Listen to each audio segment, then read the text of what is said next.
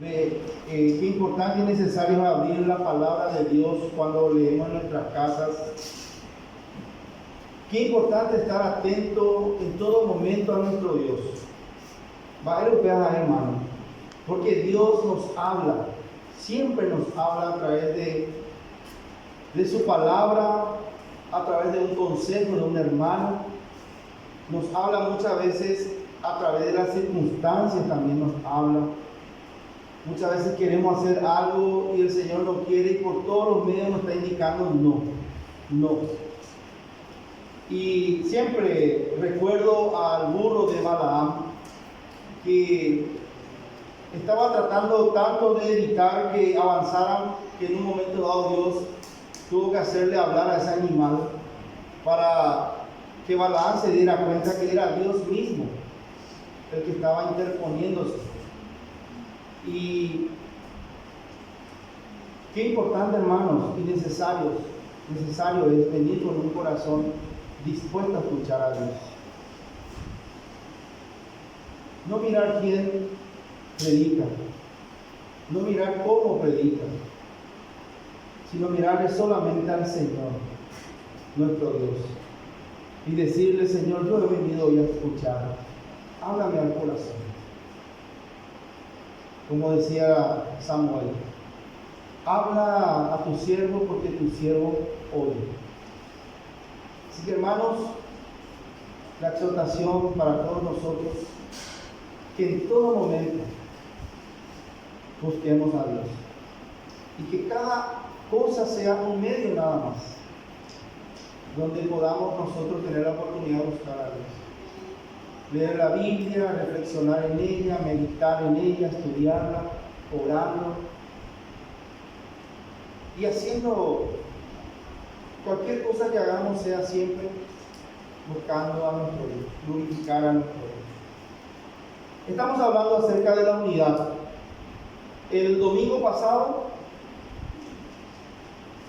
hablamos, compartimos, estudiamos la oración del Señor Jesucristo registrada en el Evangelio según San Juan capítulo 17, donde encontramos y estuvimos viendo, hermanos, que Jesús oró por la unidad de su iglesia. Jesús oró por la unidad de la familia de la fe, poniendo la unidad que Él tenía con el Padre como el modelo que la iglesia tiene que reflejar al mundo. No es poca cosa el parámetro que tenemos que llenar cada uno de nosotros. Tenemos que esforzarnos urgentemente para preservar la unidad del cuerpo de Cristo. Vimos que la unidad es fundamental para que el mundo crea. Dijimos que el propósito de la unidad es evangelístico. Si nosotros nos dividimos, si hay desunión y división en la iglesia del Señor, en la familia de la fe, el mundo no va a creer. Y había dado el ejemplo de un señor que me contó que en su valle, allá en San Pedro, departamento de San Pedro, cerca de su casa tienen una iglesia evangélica que le estaba llamando la atención al Señor. Frente al templo, estuve hablando con él y me contó. Cuando yo le dije que era una iglesia evangélica, que le hablé un poco ahí de la palabra que está en el cartel, enseguida él me salió con eso, hermano, de que yo presumo de que ya le estaba gustando, le estaba llamando la atención la congregación allí, hasta que un día dice que se dividieron. Él fue testigo de cómo un grupo de los hermanos de esa iglesia se fueron a 100 metros a armar o organizar otra congregación. Entonces me dijo, ese era, a 46, dice que le dijo a su hijo: hermanos, el evangelio sufre cuando hay desunión, cuando hay división, cuando hay, hermanos, maldades y otras cosas que vamos a estudiar que desunen la familia de la fe y que desunen toda familia, desunen al matrimonio, dividen la familia. Entonces, Para que el mundo crea, hermano, así de fundamental, así de necesario es la unidad. Y vimos también, entonces, por último, en cuanto a lo que Jesucristo había orado, que la división y la desunión están lejos del propósito que el Señor Jesucristo tiene para su iglesia. Vimos también en Efesios capítulo 4, versículo 1 al 6, la enseñanza de la unidad que el apóstol Pablo hizo allí. En primer lugar, hermanos, habló que nuestro estilo de vida debe procurar ser digno del llamado que hemos recibido. El llamado que tenemos, hermanos, es una cuestión divina. Quien nos llamó es divino. Entonces, Pablo lo que dice es que tratemos, procuremos de ser, dice, dignos de ese llamado con el cual fuimos llamados. A continuación dice que esa dignidad que requiere este llamado, hermanos, solamente lo podemos encontrar a través de la humildad, de la mansedumbre, la paciencia, la tolerancia y el amor. Versículo 2. Si quieren verificar mientras estoy haciendo el repaso. Efesios capítulo 4, versículo 1 y 2. Y lo que encabeza, hermanos, los requerimientos para la dignidad es la humildad. Y hacemos mucho hincapié en la humildad. Bueno. Luego vimos, hermanos, tres palabras que en el versículo 3 Pablo utiliza, hablando ya de la unidad. El primero era la palabra solícitos. Y vimos, hermanos, que esa palabra en el griego significa apresurarse a hacer algo. Si hay algo, dijimos, que es urgente en la familia de la fe y en toda familia, es la unidad. Urgentemente hay que trabajar y preservar la unidad. Luego vimos la palabra vínculo.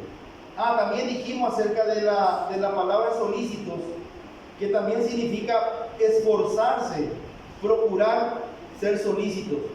La unidad es tan urgente que demanda apresuramiento y su preservación hace que todo esfuerzo y sacrificio valga la pena.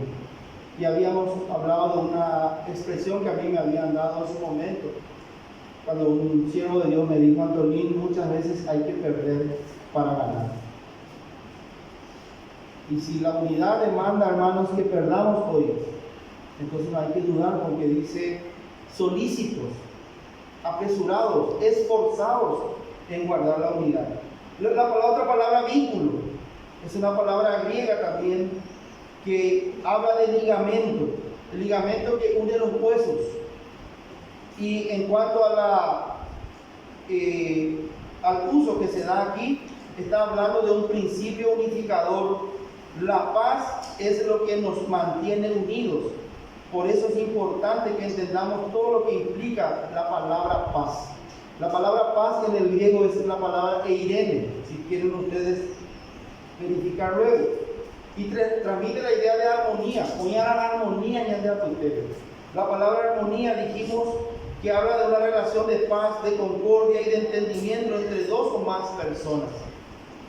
Y ese sentido le da Romanos capítulo 14, versículo 19, cuando dice allí que a paz nos llamó Dios. También la palabra paz habla de amistad y de lealtad, esa amistad que hay entre dos personas y esa lealtad que tendría que haber entre las personas. Miren, no estamos hablando de ser compinche de pecado, no estoy hablando de ser partícipe de pecado ajeno, sino de ser leal a mi amigo. Eso también transmite la palabra paz. Y la unidad, hermanos, también demanda lealtad. Porque allá Santiago dice: si nosotros los hermanos nos mordemos todos, ¿cómo no nos van a destrozar lo de afuera? Y el enemigo mismo. Entonces, orden también significa orden. 1 Corintios 14:33, cuando Dios dice que Él no es Dios de confusión, Él no es Dios de desorden. Eso está en 1 Corintios 14:33, que me está ayudando el hermano para el repaso. Sino Dios de paz, dice. Y allí la palabra paz, hermano, está hablando de orden. Habíamos dicho que por eso en nuestras casas, nuestros padres tienen que poner orden, tienen que poner límites, tienen que poner reglas. No es porque papá o mamá son malos, argeles, sino porque es necesario. Donde no hay orden, hay caos. Y donde hay caos, no hay paz. La paz habla de orden. La familia de la fe, hermanos, también necesita orden para que haya paz entre nosotros. Bueno, luego tenemos la ausencia de agresión. Paz significa ausencia de agresión. También vimos que la paz significa conciencia de reposo y contentamiento. Y me encantó mucho, hermanos, hacer referencia a aquella mujer que tenía una enfermedad que le llevó a la quiebra y que demasiado muchos años hacía de que ella sufría. Y un día cuando escuchó que Jesucristo estaba por allí, se esforzó por llegar hasta él y como no podía siquiera hablarle, dice que extendió la mano y tocó la punta de su manto. Y en ese momento ella sintió que sucedió algo. Y tuvo temor, tuvo terror, tuvo miedo. Hasta que el Señor Jesucristo, entendiendo, dice lo que pasó, se da vuelta y le habla. Y le dice las palabras: ve en paz, tus pecados han sido perdonados, ve en paz. Y dice que la mujer, hermano, en ese momento terminó ese terror, ese temor que le hacía temblar, terminó en ella. La paz también significa, hermanos, conciencia de reposo y contentamiento. Qué importante, hermanos, en medio de la necesidad, tener contentamiento y tener, hermanos, esa conciencia tranquila de que nuestro Dios está con nosotros. De que, como dijo el hermano el miércoles, seamos conscientes de la grandeza de aquel que dijo que va a estar con nosotros todos los días de nuestras vidas, hasta el fin del mundo. Tratar de entender, de dimensionar la grandeza de aquel que dijo, hermanos, que busquemos primeramente su reino y su justicia y lo demás añadido será. Son promesas, hermanos, que si creemos y confiamos y nos aferramos, no pueden producir otra cosa que una conciencia en reposo y contentamiento con lo que tenemos. Me decía una hermana: no me puedo quejar, hermano. Y esto es una situación, mira, en tierra y castillo de quebrado. Amén. Y gloria a Dios por eso. Porque si entendemos, hermanos, quién es nuestro Dios, no nos vamos a quejar. Y por último, hermano, el Evangelio es paz con Dios y paz entre los hombres. En Efesios dice, hermanos, que en Cristo Jesús dos pueblos que estaban en enemistad, el pueblo gentil y el pueblo judío, en Jesucristo fue hecho paz y fueron hechos uno. En Cristo Jesús, dos pueblos que en enemistad encontraron la paz y fueron hechos uno. Y eso es lo que tiene que transmitir la iglesia del Señor. Habíamos terminado diciendo de que cuán importante, hermanos, es la unidad dentro de la familia de la fe. Y por extensión, hermanos, cuán importante es la unidad dentro del matrimonio, dentro de la familia, entre los amigos. ¿Por qué, hermanos? Porque la iglesia es el reflejo de la fortaleza de cada uno de los integrantes, de cada uno de los miembros que lo integran. ¿Sí? Por eso el Señor también nos compara con un cuerpo. Cuando un miembro del cuerpo está enfermo, dice, afecta y altera el funcionamiento de todo ese cuerpo. Así de necesarios somos cada uno de nosotros. Cuando salimos de aquí, hermanos, así es necesario es que con la ayuda del Señor podamos observar los principios bíblicos que el Señor nos va enseñando, para que cuando volvamos podamos traer nuestro granito de arena a esa fortaleza, a esa unidad fuerte que el Señor necesita que su iglesia local tenga y refleja el temor. La unidad que tiene el Padre con el Hijo. La euroreína, hermanos. Y hoy vamos a ver, hermanos, lo necesario para preservar la unidad. Y en este punto quiero orar con ustedes, hermanos, para continuar. Padre eterno, una vez más, bendito Dios, entramos a tu presencia con reverencia, con respeto y con el temor debido a tu nombre, Padre. Porque tú eres tan grande, es Dios de luz, el Altísimo digno de ser temido, digno de suprema alabanza. Y aquí, oh Dios, estamos en este lugar reunidos para adorarte, porque en Cristo Jesús nos has regalado, Señor, este privilegio de ser tus hijos, verdaderos adoradores de tu nombre, ciudadanos de la patria celestial. En el nombre de Jesús te pedimos, Señor, unánime, que nos hables al corazón en esta mañana y en este tema fundamental, vital, Señor. Oramos a ti, que nos ayudes a estar atentos y que mis hermanos y yo podamos recibir aquello que viene de ti, aquello que tú quieres hablarnos, quieres darnos en esta mañana, para que nos fortalezca, nos ilumine y para que abra los ojos de nuestro entendimiento acerca de la unidad. A ti nos encomendamos y gracias te damos en el precioso nombre de Cristo Jesús. Amén. Lo necesario para preservar la unidad, porque Efesios capítulo 4 decía Pablo en el versículo 3, solícitos, o sea, apresurados, urgentemente, esfuércense por preservar la unidad del Espíritu en el vínculo de la paz. Principalmente, hermanos, la humildad. Vamos a Santiago capítulo 4. Hay demasiado mucho que hablar de la humildad, pero yo creo que el Espíritu Santo de nuestro Dios nos va a estar ayudando, hermanos, a comprender esta palabra. Santiago capítulo 4.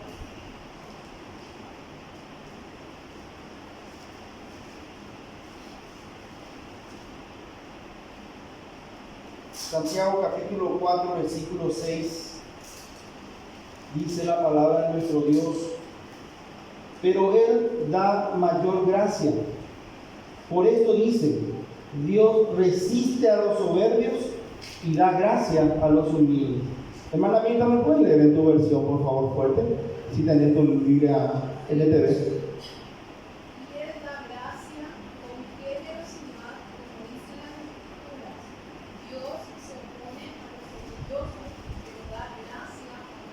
Él da gracia con generosidad. Eso es lo que me gustó de esa versión. Y aquí dice, pero Él da mayor gracia. Generosamente, hermanos, la gracia es dada donde hay humildad.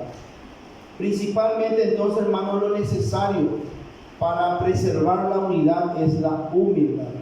Porque donde hay humildad hay gracia. Y cuando hablamos de gracia, ¿de qué hablamos, hermano? En primer lugar, lo de salvación. Sin gracia no hay salvación. Segundo, hablamos de amor. Solo la gracia de nuestro Señor Jesucristo hizo posible que en tu corazón y en mi corazón fuera derramado, dice, abundantemente el amor de Dios por su Espíritu Santo. Hermano,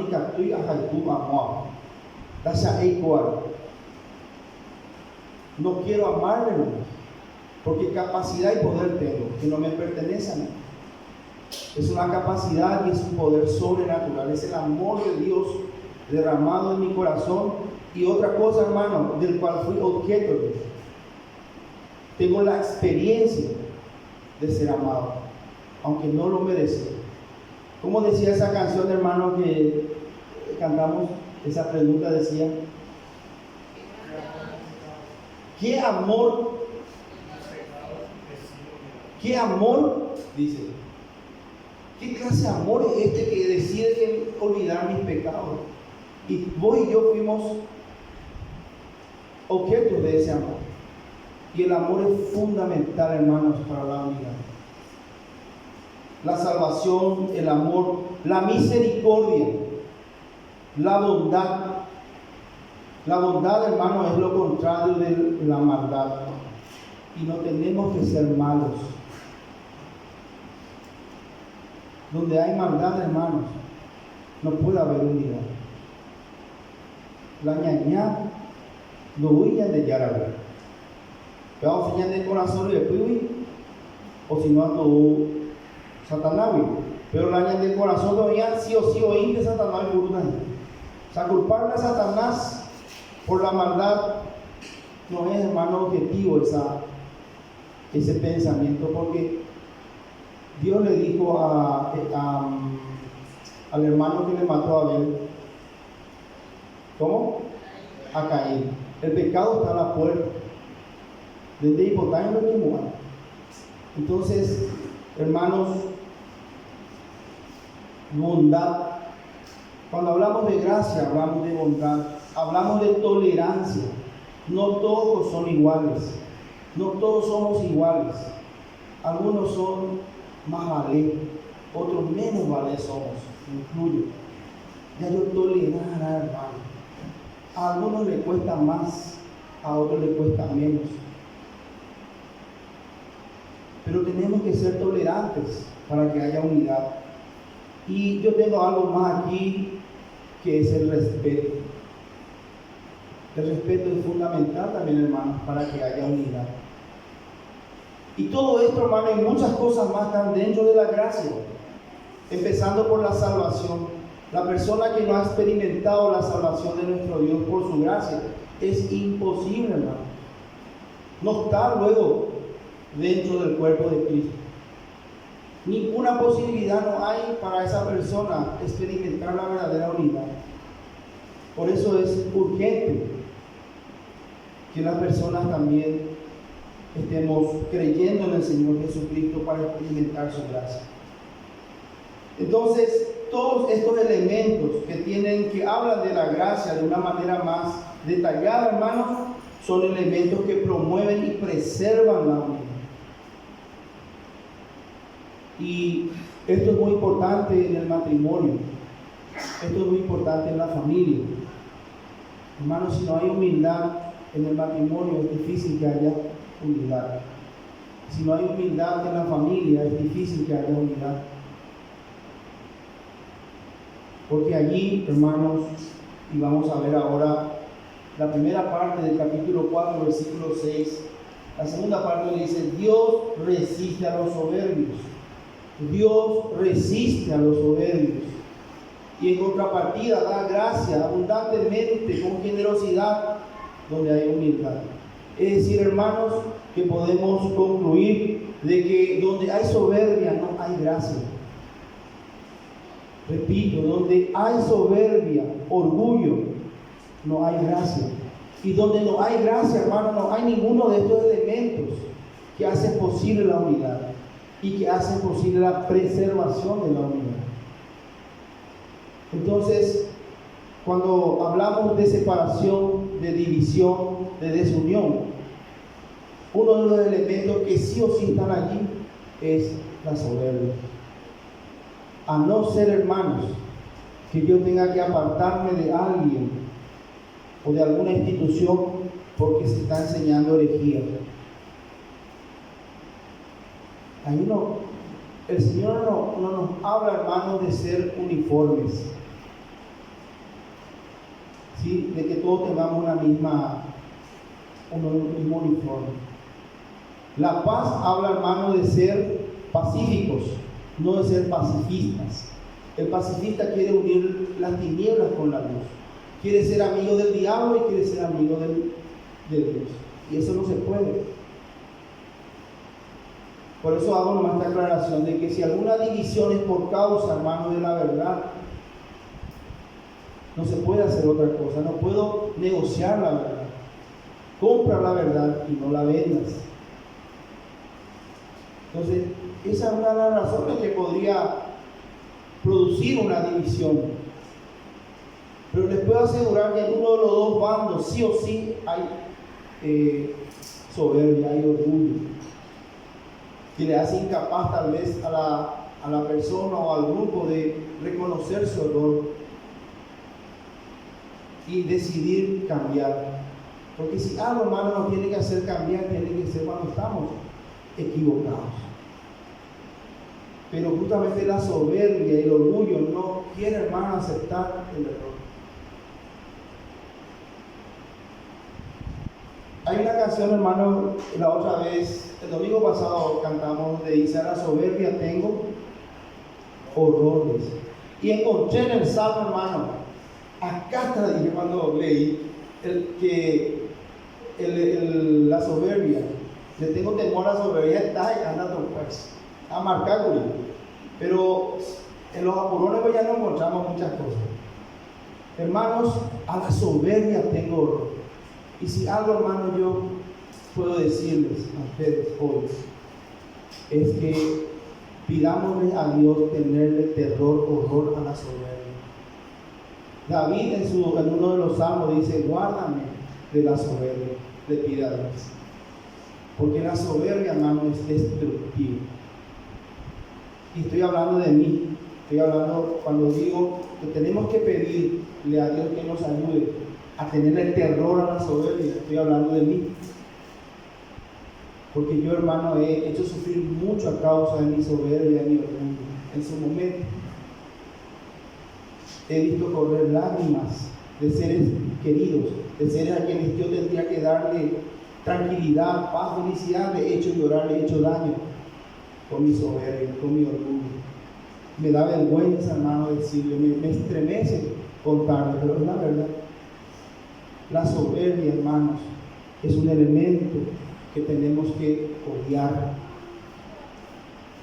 Miren, hermanos, la soberbia produjo la primera división a nivel celestial en el cielo, cuando el lucero, querubín protector, si quieren anotar, hermanos, en Ezequiel capítulo 28, versículo 11 al 19, van a encontrar hablando del rey de Tiro, pero ahí no está Tiro representado, porque claramente dice la palabra querubín protector, lucero querubín protector.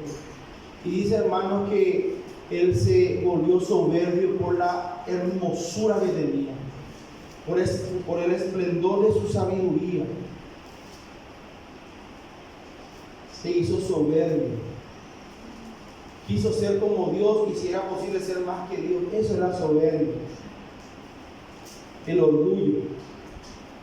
Y encima, hermano, arrastró millones y millones de ángeles detrás de él. Miren lo destructivo que es la soberbia. Pero nuestro Dios, hermano, que es soberano y omnipotente, no dudó para hacer lo que tenía que hacer: echarlo fuera.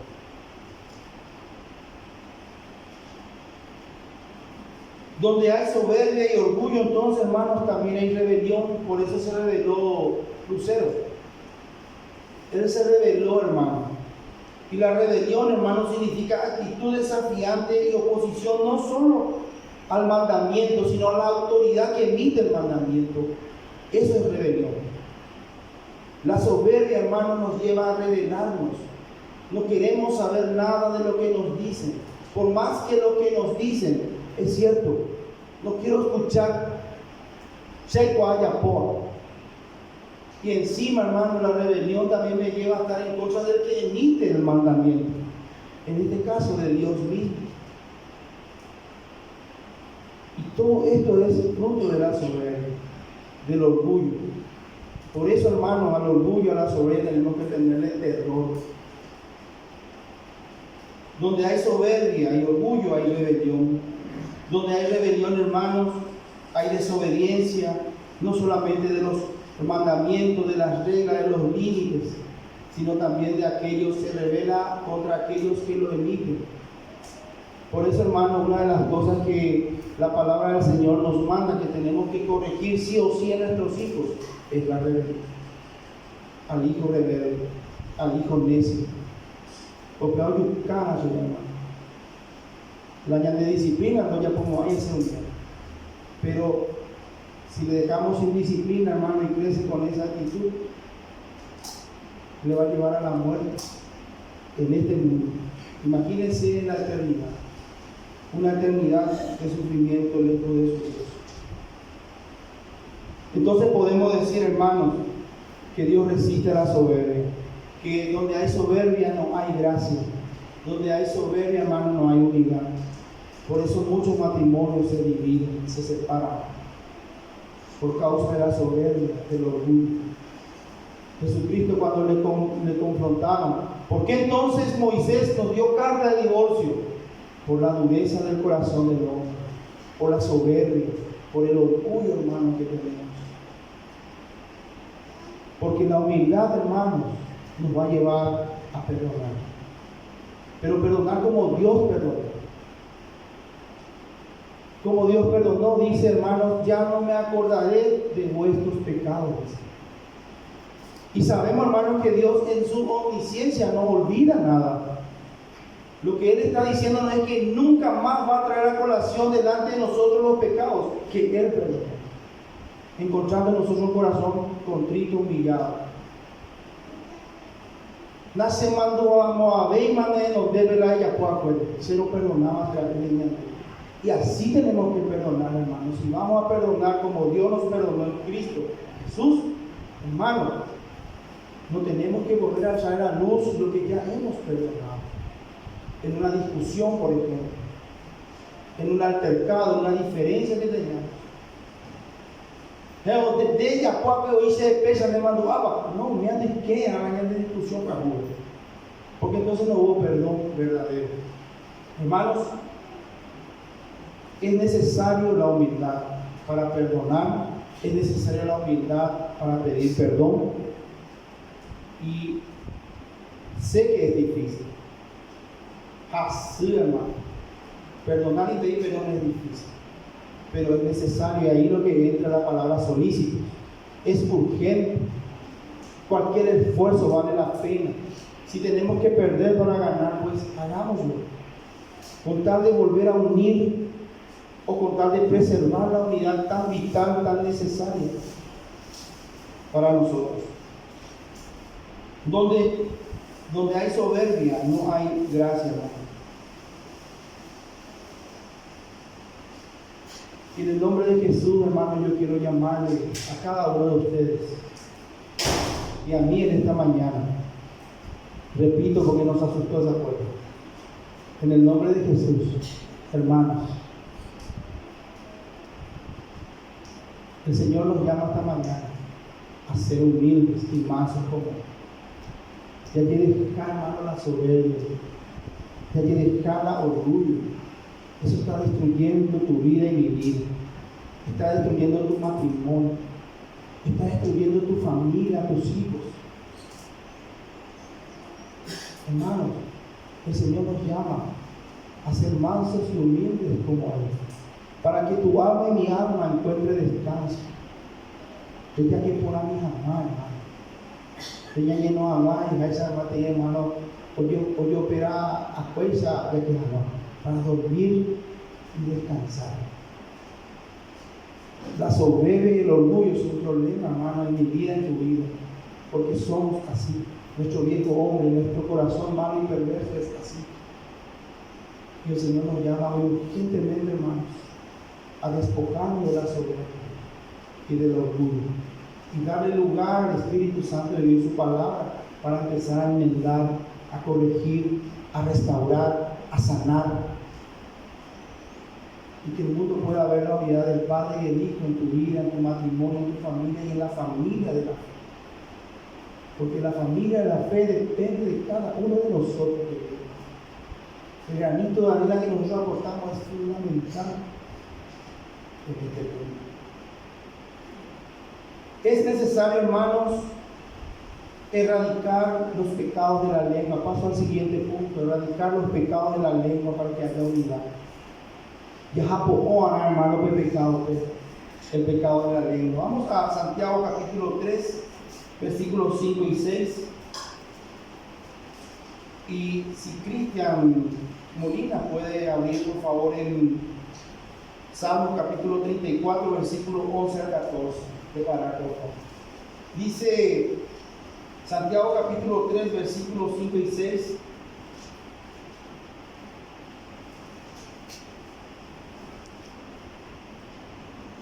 Así también la lengua es un miembro pequeño, pero se jacta de grandes cosas.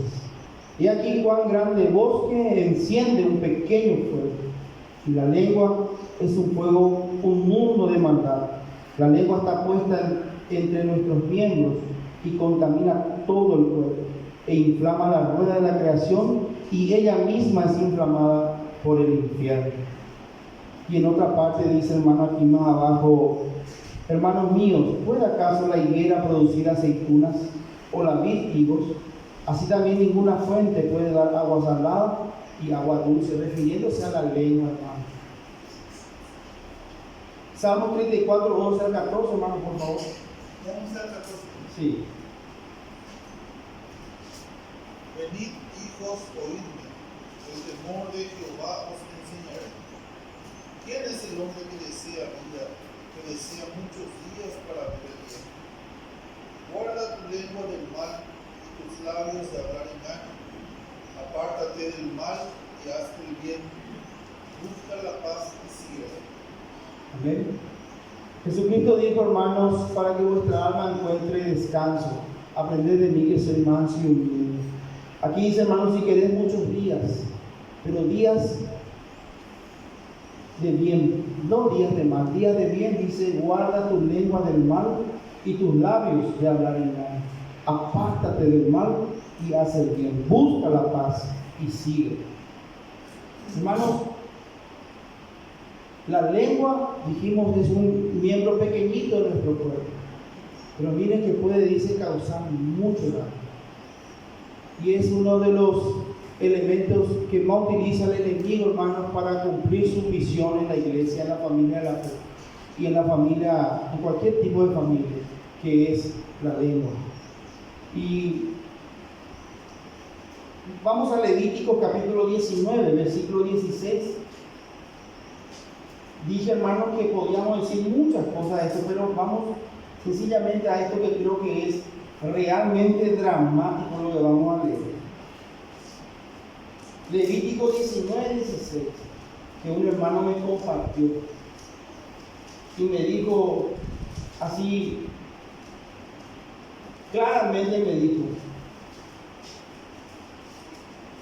que el pecado de la lengua, hermano, Dios lo considera un atentado contra la vida del prójimo. Miren lo que dice el versículo 16 de Levítico 19. No andarás chismeando entre tu pueblo, no atentarás contra la vida de tu prójimo. Y lo firma, dice, yo Jehová. Así me dijo el hermano. Y lo firma el Señor. Y la palabra chismeando, hermano, es una palabra hebrea que habla de pecado de lengua, no solamente de chisme. Aquí entra, hermano, chisme, murmuración, engaño, y había otras palabras que entraban que no me acuerdo, pero creo que ya es suficiente. Hermanos, chismear, murmurar, engañar, hermanos, con nuestra boca es atentar contra la vida de nuestro hermano. Para Dios es atentar contra la vida de nuestro hermano. ¿Cuántos más, hermanos, esos pecados no están atentando contra la unidad de la iglesia del Señor? Y cuántos más, hermanos, la desunión de esa iglesia local, provocada por los pecados de la lengua, no está atentando contra las almas ahí afuera, que hubieran creído si hubieran visto la unidad del Padre y del Hijo aquí en su casa. ¿Se dan cuenta lo grave, hermano, que es? Y este es un pecado, hermano, que tenemos que erradicar en nosotros. Tenemos que dejar, o tenemos que, con la ayuda del Señor, no murmurar, no blasfemar, no... Uno, cuando alguien habla mal de él, le denuncia por calumnia, difamación, difamar también, hermano, no difamar, no calumniar, no chismosear. Son pecados, hermanos, que hay que erradicar porque atentan directamente contra la unidad de la iglesia. Salmo capítulo 15, versículo 1 al 3, hermanos, si podemos leer, siguiendo con este punto del pecado de la lengua, que es necesario erradicar, es necesario desarraigar de nuestras vidas. Hermanos, aquí el salmista habla de los que tienen el privilegio de habitar, quienes tienen el privilegio de habitar, de tener una comunión con Dios. Miren lo que dice: Jehová, ¿quién habitará en tu tabernáculo? ¿quién morará en tu monte santo? ¿Quién puede tener comunión contigo? El que anda en integridad y hace justicia, el que habla verdad en su corazón, el que no calumnia con su lengua, el que no comete pecado de la lengua, el que ni hace mal a su prójimo, ni admite reproche alguno contra su vecino. Y aquí en estos últimos puntos es donde dice, o algunos en una senendad llevan y jamás a pisar, se la permitían a su perra. De mi coñe, hermana, en 10, no, de 10, a pesar más en 10, hermana mía, yo obedece, más de yo obedece. Después de ese nivel, no me voy a fallar en nivel, porque al permitir yo, hermano, que venga a hablar de mal de esa persona, estoy permitiendo reproche contra mi prójimo. Y el principio de la palabra de Dios es claro, dice, estando tú y tu hermano solos, si tu hermano pecare contra ti, deja él con 10 años y te pequeño que está. Da ahí, cuando hay recorrer y no hay problema. Hermanos, el pecado de la lengua estorba esa vital comunión que necesitamos tener con Dios. Va ese ser hermano, ese era pisar y no hay que estar ahora en el día. ¿Cómo es que puede de una misma fuente salir agua salada y agua dulce? Se dan cuenta que importante, hermanos, es cuidarnos del pecado de la lengua. Y el que no tiene, hermano, ¿cómo yo puedo tener comunión con Dios si yo ando chismoseando, si yo ando murmurando, si yo ando difamando, calumniando? ¿Cómo puedo tener comunión con Dios? Dice, ¿quién habitará? ¿Quién estará en tu presencia?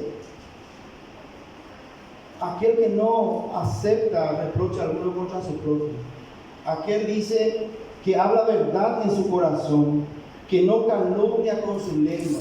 Si estas cosas yo estoy haciendo, hermano, ¿cómo puedo tener comunión con Dios? Y si no tengo comunión con Dios, ¿cómo puedo tener comunión con ustedes? Mi comunión afectada con mi Dios afecta directamente mi comunión con ustedes. ¿Se dan cuenta, hermano, cuán importante es la exaltación de nuestro Dios en cuanto a estas cosas? En contrapartida, la palabra de Dios dice, hermanos, que tenemos que hablar con gracia. Nuestras palabras tienen que ser dichas sazonadas con sal, dichas con gracia. A mí el Señor no me habilita, hermano, a hablarle mal a nadie. Ni si le voy a decir la palabra de Dios porque pecó, yo no estoy habilitado a tratarle mal a nadie. El Señor me dice que yo tengo que transmitir nomás esa verdad, que primeramente lo es para mí. Será este sin papi, la hermano o hermana. Y tengo que hacerlo, hermano, como a un consiervo, como a un de un pecador a otro pecador, no de un santo de los santos a un pecador, no. Eso es soberbia, sentirse más que los demás. El Señor dice que tengamos el mismo sentir que el Señor Jesucristo tuvo. Y habla, hermano, que tenemos que mirar a los demás como de mayor estima que nosotros. Con mucho cuidado tengo que acercarme a mi hermano si le voy a decir algo que tiene que ver con un error. No como un juez, sino como un consejero, a quien también la palabra de Dios le está hablando. No como un juez, sino como un instrumento de Dios que Dios puede utilizar a favor de la restauración de ese hermano. Porque si tu hermano te escuchare, ¿qué dice la palabra? Has ganado a tu hermano. Y en todos los procesos, hermano, de disciplina, el objetivo principal tiene que ser la restauración del hermano. Aunque se le excomulgue a un hermano por su insistencia en seguir pecando, si se convirtiera allá afuera, restaurarle vosotros que sois espirituales, dice el Señor. Siempre tiene que ser el objetivo de restauración. Y lo único que puede apartarnos, hermanos, del Señor y de la comunión con su iglesia es el pecado. El estar insistiendo con nuestro pecado, no volvernos de nuestro pecado. Entonces toda palabra tiene que ser dicha con gracia y para edificación. Efesios 4:29, el otro pasaje que dice, hermanos, que nuestras palabras tienen que ser para edificación. Proverbios 15:23 Hermanos, si quieren anotarnos, habla de que la palabra dicha a su tiempo es como un adorno de oro y de piedras preciosas. Proverbios 15:23, ahí el hermano está poniendo. Hermanos, no es cuando yo quiero decir, hermanos, yo tengo que siempre depender de Dios. Señor, cuando sea tu voluntad que yo hable, ayúdame a hacerlo. Pablo estaba en la cárcel, eso está registrado en Hechos 16:28, y dice que hubo un terremoto y se abrieron todas las puertas y vino el carcelero y vio que todas las puertas estaban abiertas. Entonces el carcelero, pensando que todos se escaparon, agarró la espada y se iba a suicidar. Y Pablo le gritó allá desde el fondo de la cárcel, le gritó: no te hagas daño. Eso es hablar a su tiempo, hermano, ¿verdad? Cuando se iba a suicidar, eso es hablar a su tiempo. Y todo tiene su tiempo, hermano. No es cuando yo quiero. Apurando mía vengan de ya, siempre. En primer lugar, si soy yo cualificado por Él para hablar. Y en segundo lugar, muéstrame, Señor, el momento, el tiempo para hacerlo. Porque mi intención no tiene que ser molestarle como al hermano, ni insultarle, ni hacerle sentir mal. Mi intención tiene que ser restaurarle. Después, hermano, Proverbios 25, 11 y 12 dice que la palabra dicha como conviene. No es también, hermano, como yo quiero decir que tengo que decir. Ya dijimos anteriormente, con gracia, sazonada con sal, para edificación. Son elementos que tienen que, hermanos, de alguna manera direccionar a mi boca. No es como yo quiero decir, dice la palabra dicha como conviene. Manzana de oro con figura de plata es la palabra dicha como conviene. Ese es el versículo 11, 12 con el 12. Como zarcillo de oro y collar de oro fino es el que reprende al sabio que tiene oído dócil. Esa es la persona, el sabio es la persona, hermano, que está siempre dispuesto a escuchar a Dios. Y aún en las circunstancias, él está aprendiendo. Saca provecho aún de las circunstancias de la vida, porque su corazón está tan dispuesto a buscar a Dios, que aún en los reveses de la vida él está aprendiendo. Y hermanos, la palabra debe ser dicha como conviene, no como yo quiero, no cuando yo quiero. Porque hay palabras, dice, de hombres cuyas palabras son como golpes de espada, destrozan. Está diciendo la verdad, pero como suele decir mi hijo, destrozado, vean, yo cuando escuché que alguien me dijo así, medio destrozado, y así, hermano, muchas veces nuestras palabras destrozan y están totalmente en contra de lo que el Señor nos manda con respecto a la palabra. La urgencia, hermanos, radica en que una casa dividida no puede permanecer. Mateo 12:25. La urgencia radica, hermanos, en que la familia de la fe no va a poder preservar la unidad que necesitamos si nosotros permitimos que se divida o se desuna la iglesia. Y si nosotros mismos, hermanos, somos elementos, agentes de esa división a través del pecado de la lengua o a través de la soberbia. Recuerden, hermanos, que la soberbia produce rebelión.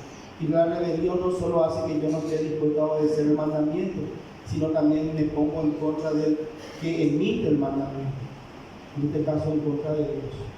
Por eso, hermanos, que nuestro hijo cuando se revela, repito, no podemos nosotros dejar pasar porque se está rebelando contra la autoridad. Y si no aprende, hermanos, a obedecer a la autoridad, no va a aprender a obedecer a Dios. Y no va a aprender a obedecer a nadie después. Por eso es importante, hermanos, erradicar la soberbia, el orgullo, la rebelión. La iglesia, hermanos, es la casa del Dios viviente. Eso lo dice 2 Timoteo. La casa del Dios viviente es la iglesia. Y el Señor nos llama, hermanos, hoy, en el nombre de Jesús, a ser parte de la solución. Trabajar, hermanos, esforzarnos urgentemente en erradicar todo pecado de la lengua que pudiera ser utilizado por Satanás para dividir la iglesia. Y también, hermanos, con la ayuda del Señor, aprender de Cristo Jesús su mansedumbre, su templanza. Y todo eso, hermanos, Dios quiera lo puedan llevar ustedes también a la práctica en su matrimonio, en su familia. en su familia. ¿Sí? En el nombre de Jesús, entonces, que el Señor nos bendiga con su palabra, con su exhortación, y nos bendiga, hermanos, con la iglesia local de Villaliza como una iglesia unida.